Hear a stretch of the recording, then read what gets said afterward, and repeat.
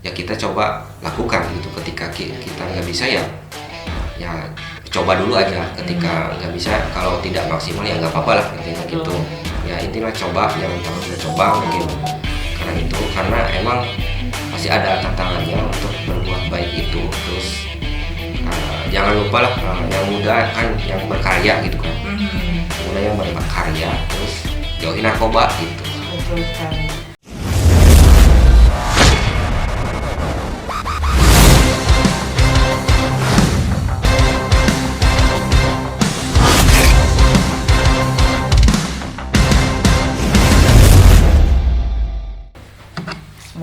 Assalamualaikum warahmatullahi wabarakatuh. Selamat datang di podcast BNN Kabupaten Kuningan. Nah, kita ngobrol bersama. Kali ini kita isunya cukup menarik karena untuk memperingati Hari Sumpah Pemuda di Indonesia tahun yang ke-93 tahun ya.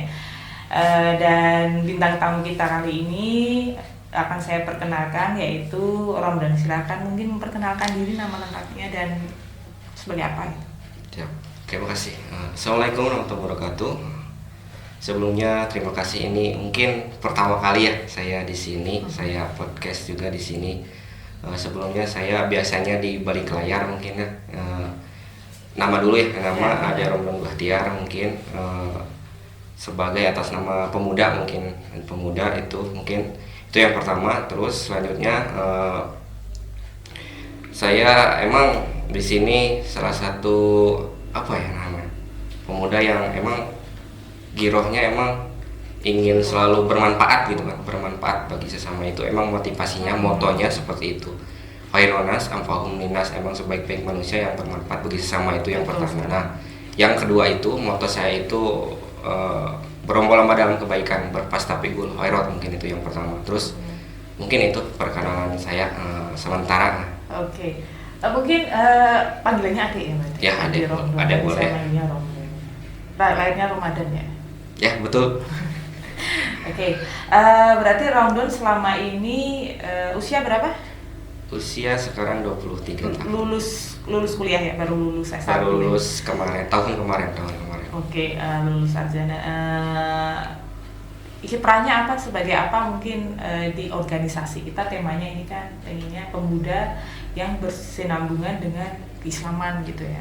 Nah, kamu mungkin bisa jelaskan sebagai pemuda di dunia Islam tuh kamu sampai saat ini, sementara ini tuh kontribusinya apa? Oke, terkait pemuda, emang pemuda itu luas ya. Jadi luas. Terus tadi ada singgung Islam juga itu universal, luas ya. Jadi terkait pemuda sekarang mungkin saya kontribusinya apa aja, mungkin track record mungkin saya emang di organisasi yang lumayan banyak lah, terkait organisasi Islam juga. Saya di kampus ikut LDK, terus di organisasi masyarakat juga ikut remaja masjid dan sebagainya gitu kan ya, cukup ikut saya semuanya intinya gitu. Aktif di sana ya.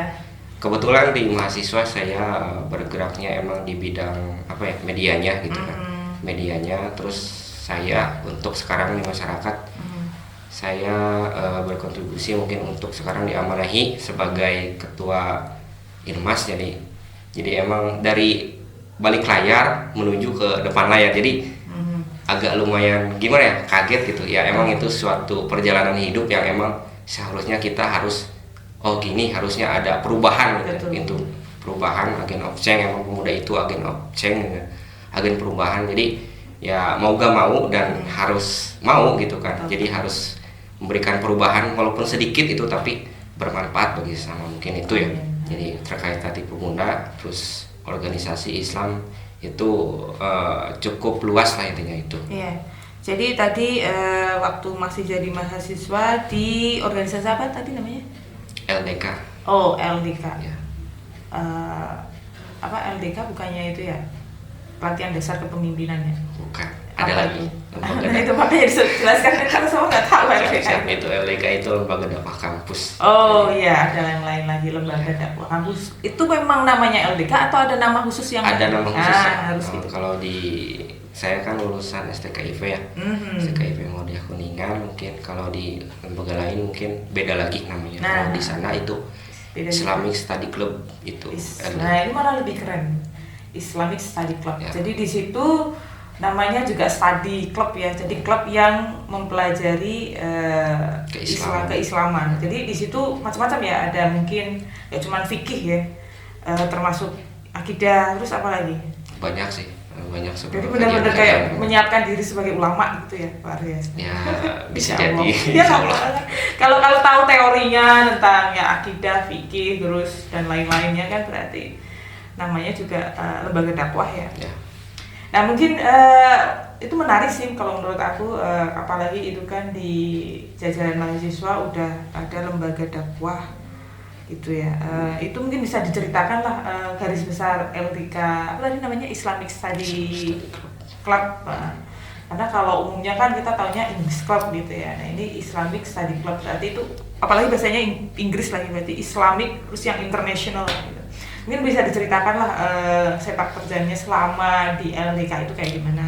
Selama di LDK emang saya cukup di balik layar di media dakwahnya mungkin teknis yang bikin apa namanya semacam pamflet dan sebagainya, mungkin seperti itu. Saya tidak terlalu tampil, mungkin paling di bagian foto-foto dan sebagainya seperti itu, mungkin seperti itu karena emang saya passionnya seperti itu, jadi belum terlalu ingin tampil kalau di sana, jadi agak masih ragu mungkin, jadi passionnya saya di sana gitu kan. Jadi selama waktu kuliah itu di belakang layar ya kan, terus ketika lulus sekarang jadi di depan layar gitu ya, karena menjadi ketua remaja masjid. Iya. Jadi mungkin ditunjuk di sana, saya diamanahi karena mungkin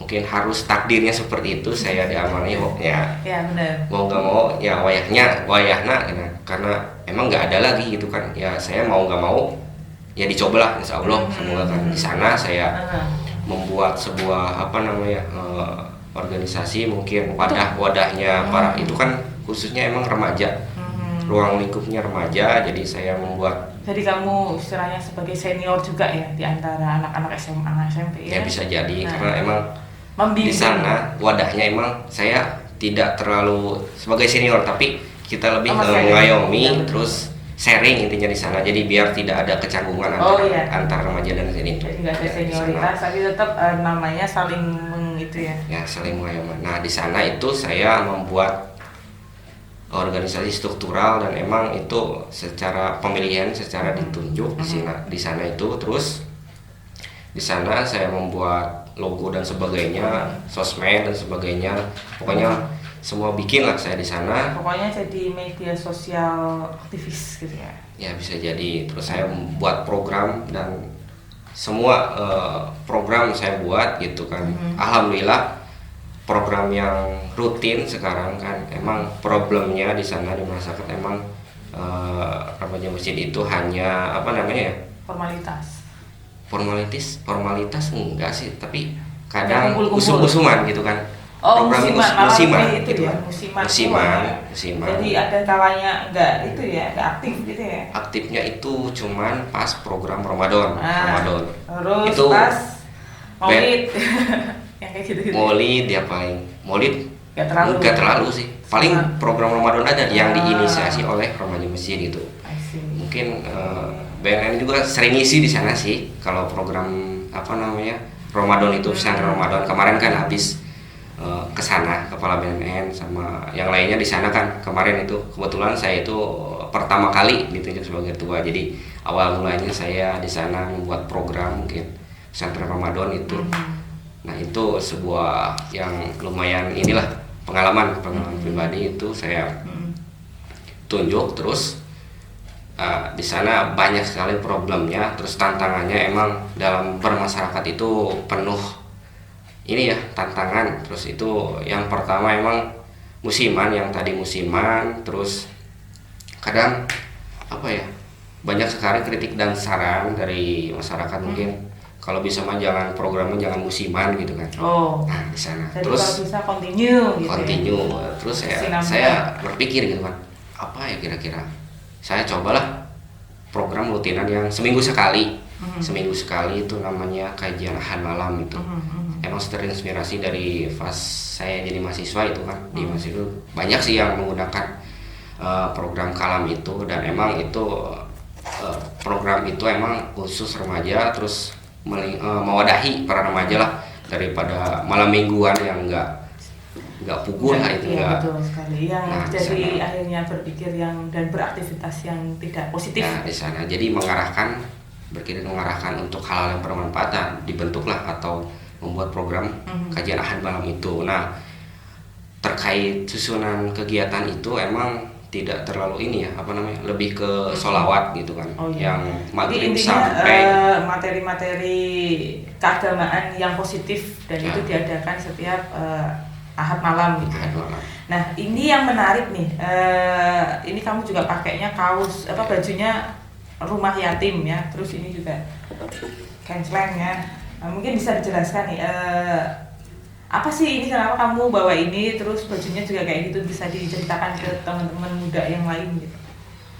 Oke, ini emang saya juga kan aktif di lembaga sosial ya, rumah yatim. Mungkin saya di sana emang di bidangnya media juga. Saya yang ngelola medsosnya, berbagai pamflet dan sebagainya, intinya yang membuat segala aktivitas dokumentasi lah intinya gitu. Publikasi terus yang update setiap hari itu quotes tentang Islam gitu kan.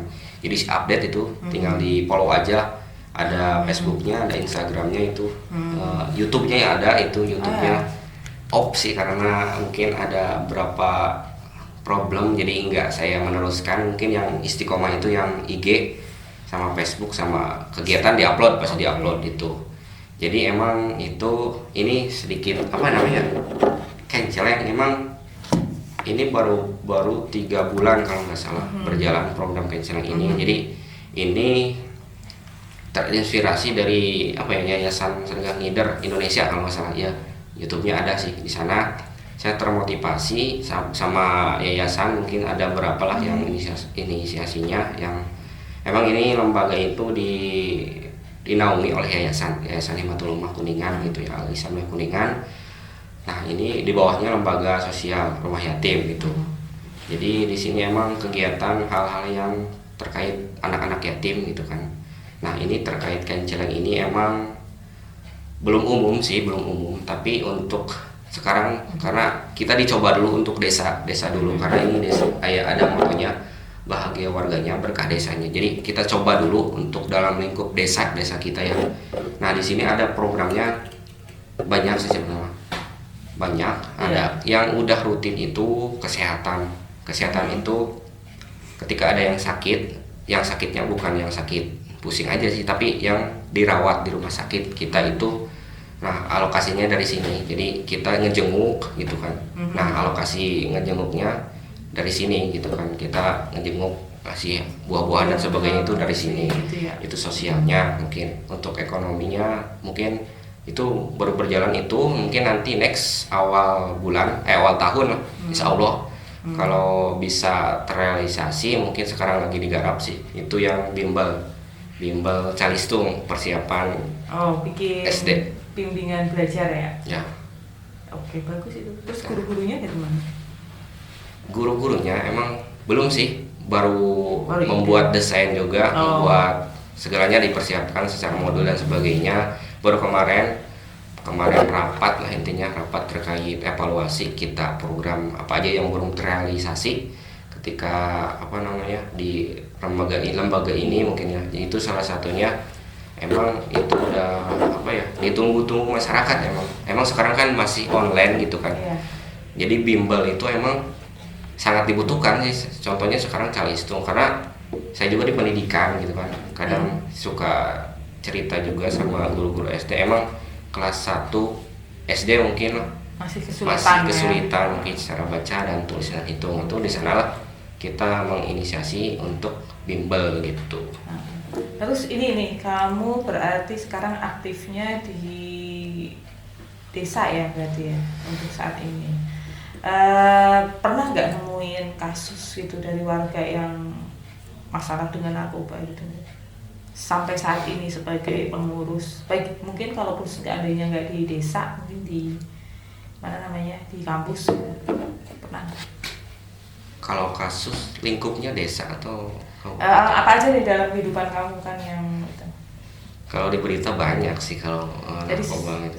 sampai saat ini alhamdulillah baru sekadar itu ya, lihat dari Ya, berita ya. baru lihat aja Belum sih. di Belum sekitar. sampai, belum tahu gitu kan untuk Iya. yang pecandu. Emang pecandunya sudah banyak di artikel terkait yang narkoba ini akan seperti ini, gitu, efek seperti ini gitu. Tapi untuk sampai rehab begitu belum tahu seperti apa sih. Jadi belum, istilahnya belum ketemu kasus temen atau adik kelas atau Belum ya, alhamdulillah ya.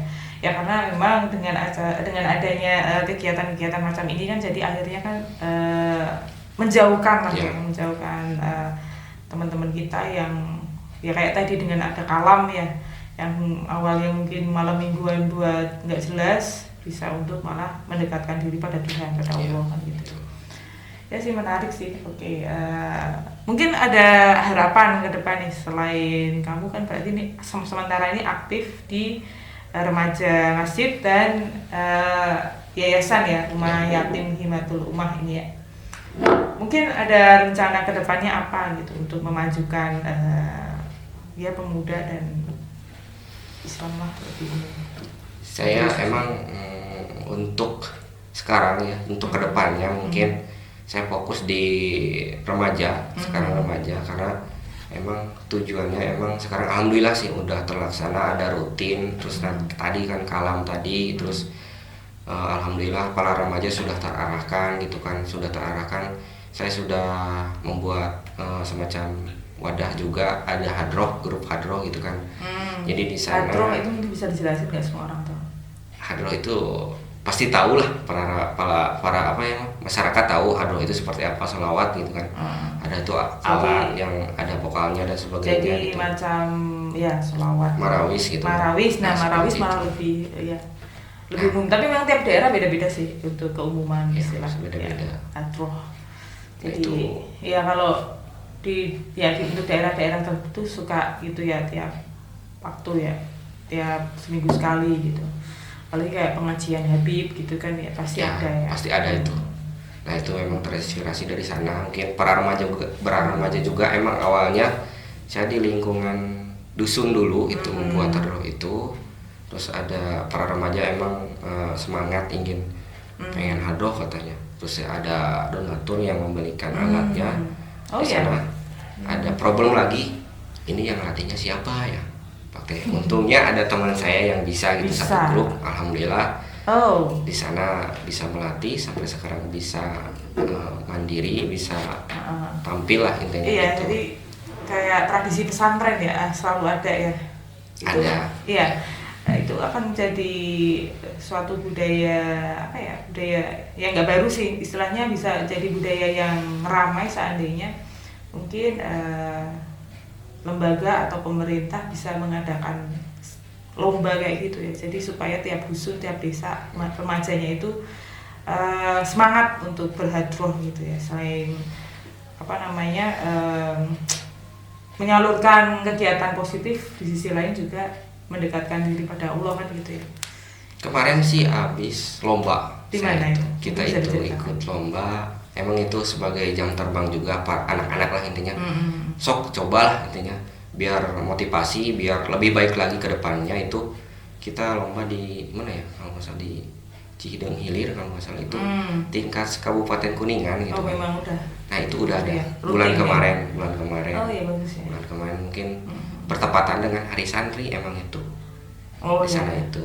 Jadi pas dari santri. Nah di sana itu sok cobalah para remaja. Dan itu pertama kali ya? Pertama kali. Walaupun nggak menang nggak apa-apa ya? Nggak apa-apa lah itu sebagai menang itu pengalaman.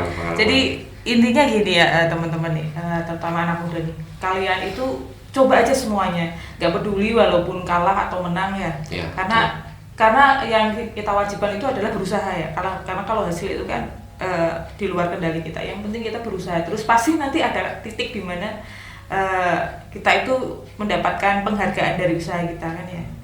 Itu jadi cuman tuh kadang gini, masalahnya tuh ketika anak muda mau nyoba itu lomba atau apa, kadang itu masalahnya takut dicemooh gitu, takut dihina gitu, takut dibully gitu tuh. Nah kalau kamu gimana, pernah nggak ada pengalaman kayak gitu? Terus gimana nyikapinya supaya nanti teman-teman yang lain tuh yang pengen aktif itu jadi nggak ragu-ragu gitu dengan pikirannya sendiri, nanti aku dikatain ini itu.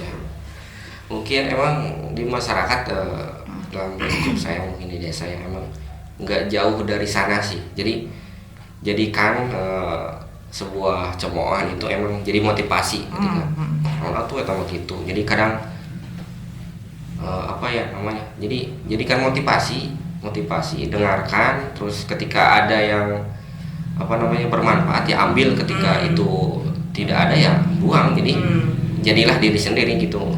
Jadilah kalau ingin apa namanya maju emang harus tampil gitu kan, harus maju, intinya harus berani lah ya. Intinya itu. Jadi kamu pengennya apa ya kamu usahakan gitu ya. Gitu. Karena kan kadang takut nih kayak gini nanti dikira aneh atau apa kan gitu ya. Selama itu bermanfaat mah emang pasti ada aja apa namanya tantangan lah. Tantangannya pasti ada aja, karena kebaikan itu pasti ada aja tantangannya sih. Betul ya. Ya tapi memang benar cemoohan itu bukan semata-mata kita cuek itu enggak ya. Yang jelas kalau memang itu positif ya kita ambil, kalau enggak ya cuekin aja. Tapi jangan semata-mata kalau dikasih tahu nggak nurut, nah itu juga nggak bagus juga ya. Jadi kita harus punya filter yang bagus, makanya ada bagusnya memang memiliki prinsip dan berada di lingkungan yang positif seperti remaja masjid seperti itu. Oke, mungkin ada tambahan lagi?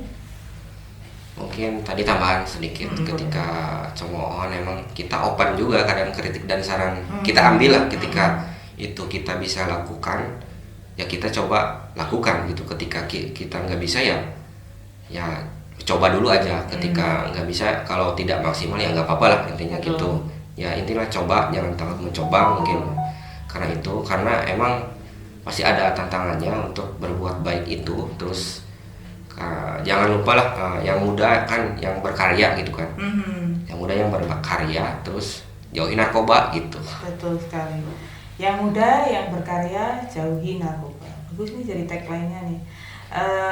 Oke. Jadi harapannya teman-teman, apalagi ini ya seperti yang dijelaskan oleh teman kita Ade, jangan pernah menyerah gitu ya. Tetap kita harus punya fokus, punya cita-cita, jangan sampai karena takut dikatain orang akhirnya kitanya jadinya stuck atau nggak melakukan apa-apa. Jangan sampai kayak gitu, mungkin itu ya. Oke, mungkin itu aja kali ya. Kalau dari kita nggak usah panjang-panjang. Nanti kita bisa, kalau seandainya ada kesempatan lagi, kita mungkin ngobrol lagi di waktu yang lain tentang hal yang lain pula. Karena memang Ade ini ternyata nggak cuma aktif di organisasi, tapi dia juga aktif di dunia itu ya, IT ya, seperti ilustrator, terus apalagi editing content video, creator kan lah bisa intinya ya. Mungkin bisa disampaikan kalau pengen promosi akun-akun media sosialnya, gimana? Mungkin Biar nambah follower. Saya itu punya ini sih YouTube. YouTube itu emang belum berjalan, emang belum istiqomah lah itu.